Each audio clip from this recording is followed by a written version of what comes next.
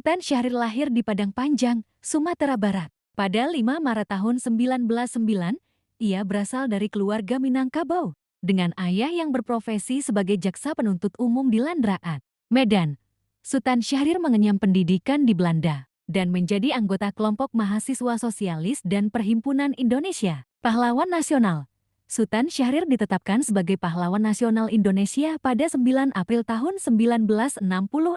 Penangkapan dan pengasingan.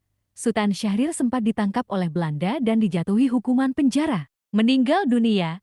Sutan Syahrir meninggal dunia pada 9 April tahun 1966 dan dimakamkan di TMP, Kalibata, Jakarta. Sutan Syahrir menempuh pendidikan di Els Europese Lagere School, Mulo Middelbare Lage Onderwijs, dan Ems Algemeen Middelbare School.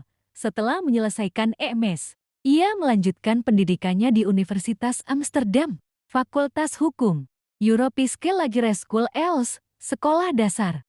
Bagi anak-anak pribumi yang berbahasa Belanda, Middelbare Lage Onderwijs Mulo, Sekolah Menengah Pertama Setara SMP di Medan, Algemeen Middelbare School EMS, Sekolah Menengah Atas SMA di Bandung, Universitas Amsterdam, Fakultas Hukum, Perguruan Tinggi di Belanda.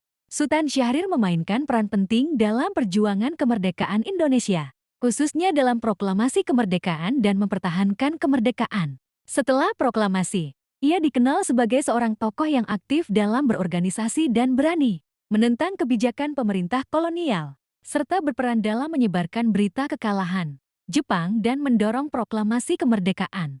Peran dalam proklamasi kemerdekaan. Sutan Syahrir mengetahui berita kekalahan Jepang lebih awal dan menginformasikannya kepada Soekarno dan Hatta. Ia juga berperan dalam rencana pengasingan Soekarno dan Hatta ke Rengas Dengklok untuk mempercepat proklamasi kemerdekaan. Bersama golongan muda lainnya, Sutan Syahrir mendesak agar proklamasi kemerdekaan dilakukan secepat mungkin. Peran dalam mempertahankan kemerdekaan. Sutan Syahrir menjadi Perdana Menteri pertama Indonesia setelah proklamasi kemerdekaan. Ia memimpin Kabinet Syahrir dan II, yang bertujuan untuk menjaga stabilitas politik dan ekonomi di tengah kondisi yang sulit pasca perang. Sutan Syahrir berusaha menegakkan kedaulatan Republik Indonesia melalui diplomasi dan membangun konstelasi pemerintahan. Ia juga berperan dalam perundingan Linggarjati, yang bertujuan untuk mengakhiri agresi militer Belanda dan mencapai pengakuan kemerdekaan Indonesia. Peran dalam berorganisasi dan gerakan-pergerakan.